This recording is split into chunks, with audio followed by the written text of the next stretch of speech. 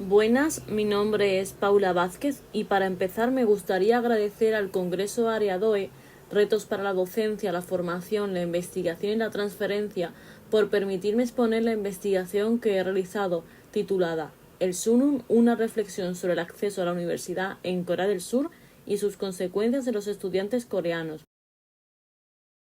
En esta primera diapositiva podemos encontrar los 5 puntos en los que va a estar dividida mi exposición. En la actualidad, Corea del Sur es uno de los países mejor posicionados en lo que a éxito educativo se refiere, como se desprende del informe PISA, ya que la mitad de la población surcoreana tiene un nivel educativo alto.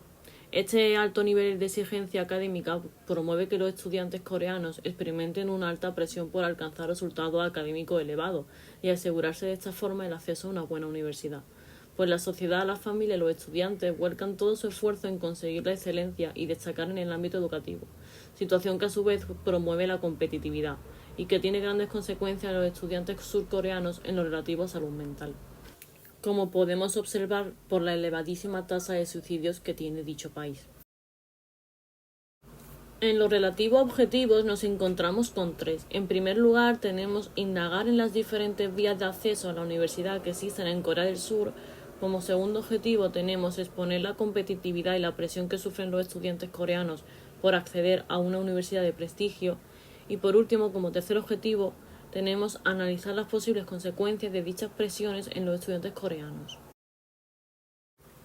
En lo relativo a metodología, podemos decir que la investigación la enmarcamos en el paradigma cualitativo, ya que desde una perspectiva metodológica la investigación se sitúa en los conocidos como estudios de casos. Como instrumento de investigación hemos utilizado entrevistas semiestructuradas que han sido validadas previamente por un docente de la Facultad de Educación de la Universidad de Málaga. Además, los participantes son personas coreanas y españolas que han vivido en Corea del Sur y que nos permitirán conocer la realidad de una forma mucho más objetiva. La elección de los participantes responde a 2 criterios. En primer lugar, debían ser personas procedentes de Corea del Sur que tuviesen relación directa con el ámbito educativo, ya fuese siendo estudiantes o docentes. Y por otro lado, que los participantes españoles debían llevar más de 2 años viviendo en Corea del Sur de forma ininterrumpida. Tras la entrevista y la posterior recogida de evidencia, asignamos una codificación a la evidencia, permitiéndonos de esta forma la creación de temáticas y un sistema de categorías emergentes e inductivas que a continuación expondremos. Como primera categoría tenemos las vías de acceso a la universidad, el Sunun y el bachillerato. Y es que existen diferentes formas de acceder a la universidad en Corea del Sur. La más conocida es a través del Sunun, que es un examen similar al examen de selectividad que realizamos en España, pero que en este caso paraliza el país por completo. Sin embargo, también es posible acceder exclusivamente con la nota de bachillerato, o por otro lado, optando a la media de ambas calificaciones, por un lado el Sunun y por otro lado el bachillerato. En este caso señalamos lo que nos comenta una de las entrevistadas cuando dice que en su caso no realizó el examen del Sunun, sino que simplemente accedió con la nota de bachillerato. Y es que normalmente los coreanos hacen el examen de selectividad para entrar a la universidad y todos los procesos escolares están enfocados para preparar ese examen. Por otro lado, tenemos lo que nos comenta otra de las entrevistadas al preguntarle qué cambiaría sobre el sistema educativo coreano y responde que cambiaría que el Sunun se pudiese hacer 2 veces al año, porque genera mucha presión a los estudiantes, ya que solo tienes una posibilidad en 12 meses y si fallas tienes que esperar otro año más.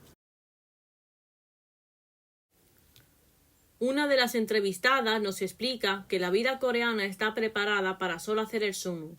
Desde muy pequeños tenemos que prepararnos solo para el examen de selectividad. Los coreanos obviamente tienen mucha presión en lo relativo a la educación, y es que, a pesar de existir otras vías de acceso a la universidad, como hemos explicado anteriormente, toda la formación académica gira en torno a ese examen, desde edades cada vez más tempranas. Por último, en esta primera categoría, una de las entrevistadas nos comenta, al igual que pasa con el examen de selectividad aquí en España, y es que el Sunun contiene exámenes de lengua coreana, matemáticas, inglés e historia, como asignaturas básicas, y luego, depende de qué carrera quieras hacer, puedes elegir entre algunas asignaturas relacionadas con la política, economía, etc. El examen es tipo test y se evalúa todo lo aprendido durante los 3 años de bachillerato. y dura entre 1 hora y media aproximadamente.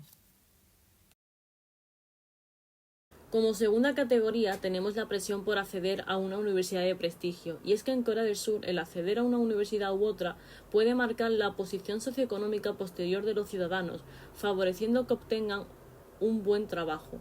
Es por ello que los estudiantes surcoreanos sufren de altas presiones en lo relativo a la educación. Esto lo podemos ver cuando una de las entrevistadas nos comenta que si su universidad está dentro de las 3 mejores del país, es como que ya tiene asegurado que va a tener una vida mucho más cómoda en el futuro.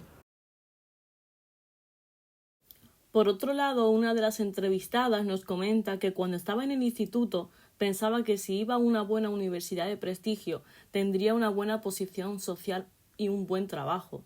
Añade también que nunca vas a poder ascender porque en la empresa siempre van a preferir en un alto cargo a una persona que ha estudiado en una buena universidad frente a otra que no lo ha hecho.